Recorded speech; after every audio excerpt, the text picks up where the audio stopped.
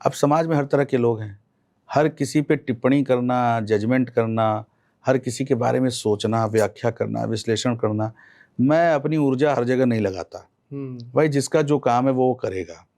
राजनीति में जो लोग हैं वो अपनी राजनीति को सिद्ध करने के लिए जो समझ में आता है करते हैं। सामाजिक लोग अपना काम करते हैं, धार्मिक आध्यात्मिक लोग अपना काम करते हैं।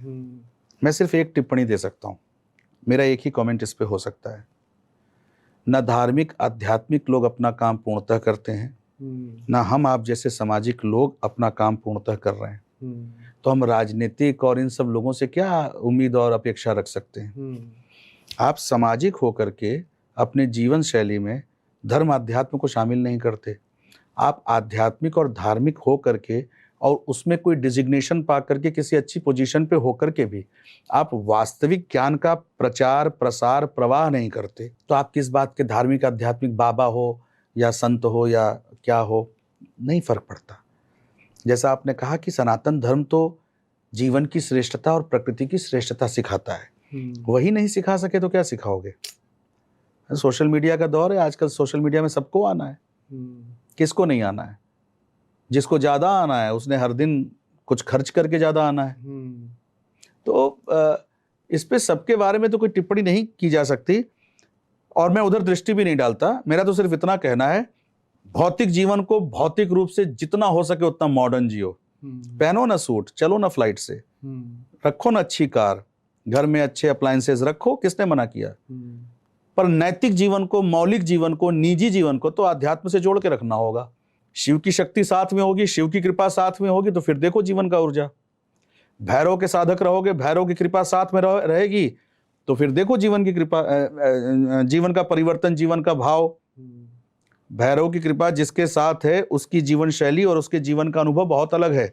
काली दुर्गा की शक्ति जिसके साथ है, हनुमान की पूजा जिसने की है, प्रभु श्री राम के आचरणों पे जो चला है, उसका जीवन सबसे अलग है। उसी वेशभूषा परिवेश में दो लोग बैठे होंगे, दोनों का जीवन मॉडर्न होगा, एक का निजी भौतिक दोनों मॉडर्न होगा, एक का निजी तो पूरा आध्यात्मिक होगा पर भौतिक जीवन मॉडर्न होगा। तो आप दोनों के अंदर का भाव, तेज, ऑरा, स्वभाव, उनकी अवस्था, उनकी परिस्थिति, उनकी विशेषता, सब कुछ आपको दिखेगी। तो अध्यात्म से जुड़ के रहिए, दुनिया चाहे जैसे चलती रहे चलिए। तो अभी जैसे आतंकवाद इतना बढ़ता जा रहा है, अभी रिसेंटली दिल्ली में भी ब्लास्ट, ऐसे राक्षस असुर दानव पहले भी थे, नॉट अ बिग थिंग। इस पे ज्यादा टाइम वेस्ट मत करिए, अपना दिमाग ना खराब करिए। ये आतंकवादी, ये क्रिमिनल्स, ये इस तरीके के एलिमेंट्स जो होते हैं ना, ये सृष्टि में पहले भी थे। पहले भी राक्षसों का वध, दैत्यों का वध जो है देवताओं ने किया, आज भी कर रहे हैं। लेकिन जैसे ये बहुत ज़्यादा टाइपकास्ट कर देते हैं कि एक समाज को बहुत ज़्यादा टारगेट कर दिया जाता है। अभी रिसेंटली एक न्यूज़ भी देखी गई जहाँ पे एक रिपोर्टर, हिंदू रिपोर्टर ने मुस्लिम कोई पर्सन थे जिनको इस तरह के इंसिडेंट होने के बाद इस तरह के सवाल पूछे जो निजी थे, जो थोड़े से अपमानजनक भी थे। तो जब ऐसे सवाल कोई सिर्फ इस बिना पे पूछ लेता है क्योंकि वो उस समाज को बिलोंग करते हैं, तो आपको ऐसा नहीं लगता कि हम बहुत गलत दिशा में हिंदुत्व के बारे में और धर्म? अरे छोड़िए गलत दिशा, कौन सी गलत दिशा की बात कर रहे हैं? अब दुनिया समाज हमें दिशा बताएगी, हिंदुओं को दुनिया दिशा बताएगी, सनातनियों को दुनिया दिशा बताएगी। सारी दुनिया को दिशा सनातन ने दी है और क्यों न निकले ऐसी प्रतिक्रिया? तो समाज है, समाज की प्रतिक्रिया निकलती है, कोई व्यक्ति विशेष की बात नहीं है। ये इस समाज में किसी विशेष वर्ग से, किसी विशेष समाज से ही अगर कोई कृत्य या कुकृत्य बार बार होंगे तो आप क्या कहिएगा? तो इसका मतलब कि अगर किसी व्यक्ति को, किसी मुसलमान व्यक्ति से परेशानी है इस बात को लेके, तो उसे ये कहा जाए कि तू जाके ईसाइयों को परेशान कर या अन्य किसी जाति धर्म को परेशान कर। भाई हमारा इतिहास जब से हम लोग देख रहे हैं इस आतंकवाद की घटना को और इस आतंकवादी गतिविधियों को, तब से पूरी दुनिया में एक ही कौम क्यों दिखती है? क्यों दिखती है भाई, आप बताओ ना। कहीं सुने हो किसी सनातनी ने बम लगा के फट गया, मर गया? कहीं सुने हो किसी सनातनी ने किसी से पूछा कि क्या नाम है तेरा? अब्दुल्ला खान, तो गोली मार दी? कहीं सुने हो आप कि सनातनियों ने इकट्ठा करके जा करके किसी विशेष इस्लामिक देश पर या किसी मुस्लिम देश पे जा करके कोई आतंकवादी घटना को अंजाम दिया? कभी ऐसा हुआ है कि किसी सनातनी संगठन ने, किसी हिंदू संगठन ने किसी ट्रेन को हाईजैक कर लिया हो, किसी फ्लाइट को हाईजैक कर लिया हो? कभी सुना है?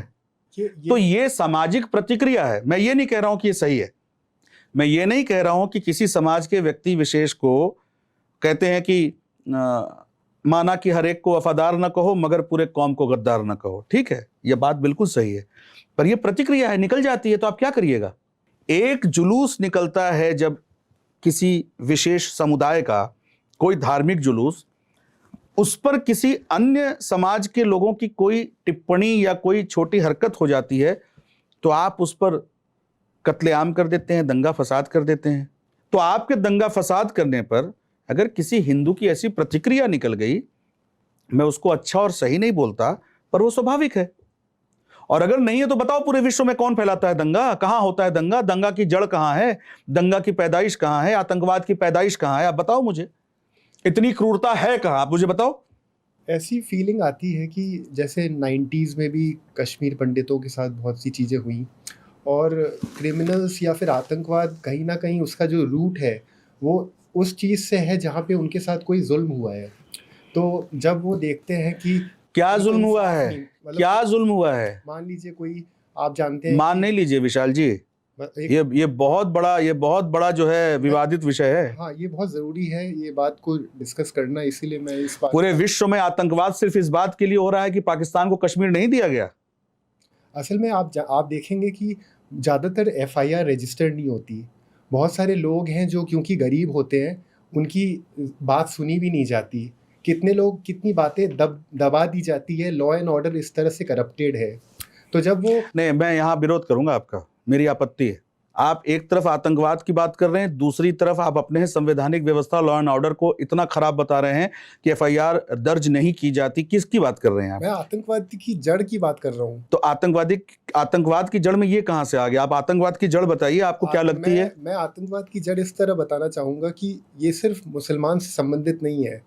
ये ऐसा पहले आप मुझे इसी का जवाब दे दीजिए, पूरे विश्व में आतंकवाद अगर इस धर्म से संबंधित नहीं है, अन्य किसी धर्म में बताइए कोई ऐसा संगठन। जितना मैं समझ पाया हूँ, बताइए। आतंकवाद की जड़ वहां से शुरू होती है जहां पे किसी के साथ जुल्म होता है, उस जुल्म को नकार दिया जाता है और वो इस तरह से नकार दिया जाता है कि वो आगे जाके वो बहुत गंभीर रूप ले लेता है। नहीं, आपकी सोच और शब्दों का चयन दोनों गलत है विशाल जी, क्षमा कीजिएगा, और ये एडिट भी मत कीजिएगा। नहीं, मैं एडिट करूंगा क्योंकि मेरा ये जवाब पूरी दुनिया के लिए है। नहीं, मैं इसमें बिलीव करता हूँ। पाप से और अन्याय से, दबाव में जो चीज जन्मती है उसे विद्रोह कहते हैं।